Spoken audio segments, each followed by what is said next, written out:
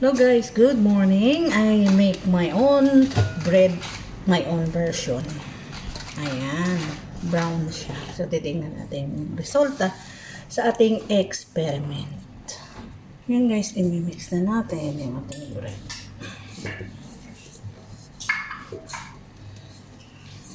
Ayan.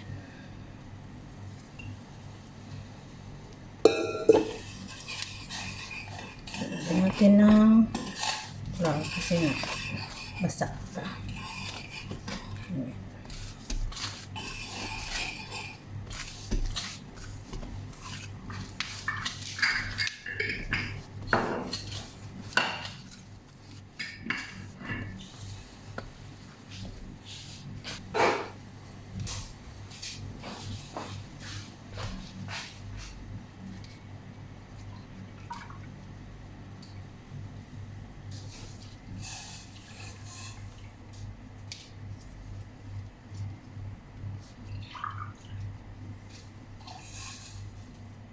Ito na guys, saubos na natin ng bilog-bilog.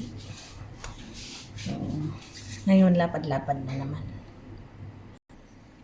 Ito, gawin natin lapad-lapad kasi kanina pahaba, pabilog. So, ngayon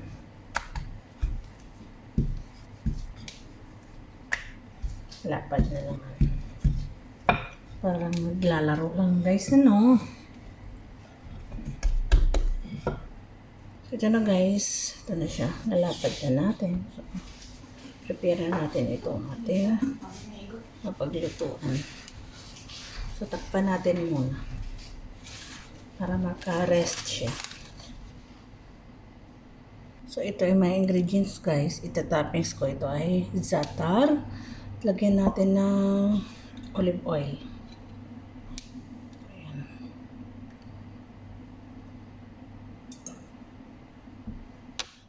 Ay mozzarella. So, itong ginamit natin. Rawabi siya, mozzarella. So, ito naman ay mozzarella tsaka za'atar. Ito ang pang-toppings niya. So, i-on na natin yung ating machine. So, hintayin natin mag-init guys. Mainit na yung ating paglutuan. So, kukuha tayo dito. Isang piraso. Lagay natin dito. So, lagyan natin ng mozzarella. Cheese.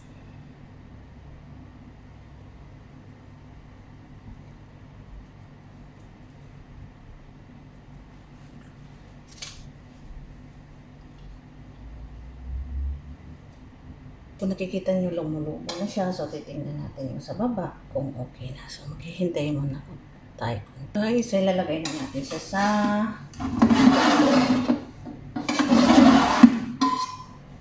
so, para mas madali, salang tayo dito sa taas. Mas mabilis. So, natin ng cheese pa rin.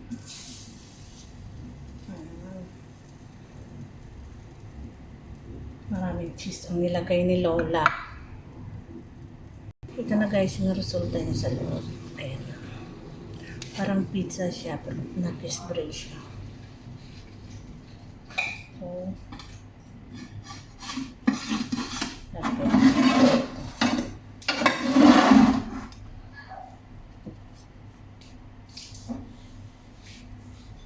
ayan. Na-crispy red. Mozzarella. So, may paiba-iba din to guys. Ito yung za'atar mamaya. Lalagay ko.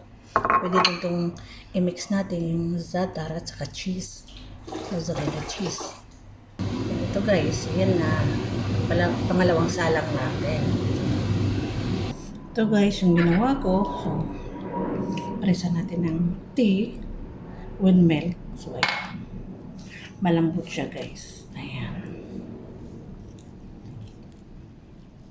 Saka cheesy. Salamat panonood guys. Maraming salamat.